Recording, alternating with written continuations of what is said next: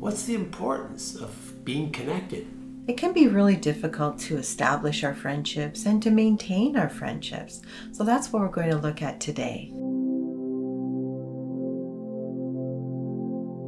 There's a good chance you've been hurt by friends in the past. That gets in the way of making good friendships. Perhaps we've had broken relationships in our family life, with separation, divorce, death of loved ones. We can have these broken relationships that have a sense in our body and our mind of feeling awful, disconnected, pain, sorrow, grief. I used to say things like, when I felt that, I'm never going to do this. I'll never have a friend. I'm never going to open up. I'm never going to open up. Well, as long as I didn't open up, I continued to feel alone and isolated. And then we realized having friendship does give us a sense of meaning. They help to reflect back how we're doing, who we are, some of the thoughts we have that might be way off. You're not one up, you're not disciplining one another, you're not even there to judge. So a friend is there to hear us, to even have sympathy for us, extend some empathy for our situation. Very valuable when we're feeling alone and isolated and upset to have someone prepared to listen.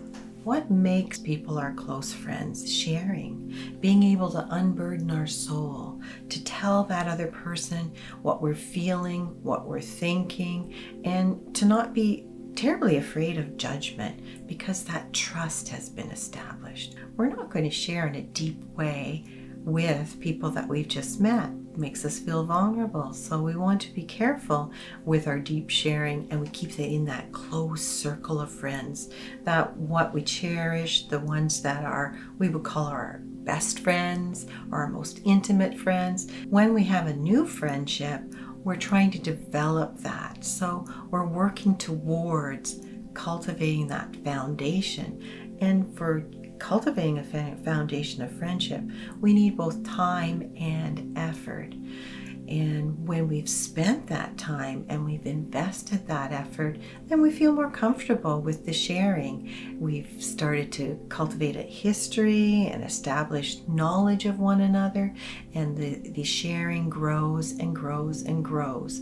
So what we see on the surface may not really be what's there, because there's so much more below, because we know that other person in a deeper way. When we're really young people, we probably have a bigger network of friends. I was talking to a young person this morning, and they mentioned that fact, that it's a big adjustment to being aware that your friend network is kind of shrinking.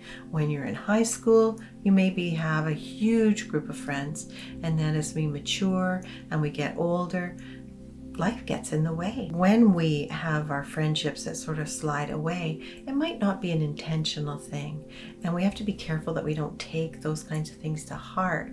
It can be a capacity thing. Sometimes we just don't have time for new friends, and sometimes life gets in the way. We have children, we have jobs, we have responsibilities for aging parents, we have all of these other things about life that block our maintenance, so to speak, of our friendships. And not to worry, some of those friendships can be recultivated when we're in a different season of our life. So I remember one person saying that my friends don't care anymore. My friends don't call me, they don't reach out, they don't hang out. Why don't they include me? And she was very upset by that. And you're supposed to be. I poked her a little bit and I said, what have you done? What could you do? What could you do differently? Within an hour, she had actually reached out to a couple of friends, reported back to me in an hour after the meeting that she had already heard from friends, and in her summary of the meeting, she had realized that she'd done more on the complaining side and less on the what can she do about it, the empowering side.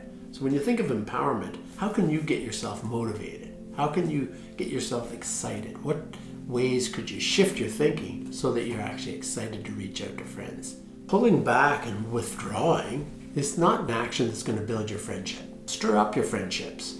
Reach out, send a text, let people know that you're available, and even people that you maybe have been disconnected from, you can always send them a little text and let them know you still care. So be cautious of the negative voice that says you're not a really good friend. You're amazing. You have the capability and qualities to be able to be trusting, honest, loyal, and it takes practice to do all of those things in a close friendship relationship. Our YouTube channel is Finding Solutions Together, and we're making these videos to help people with their mental fitness. Take care out there. And God bless.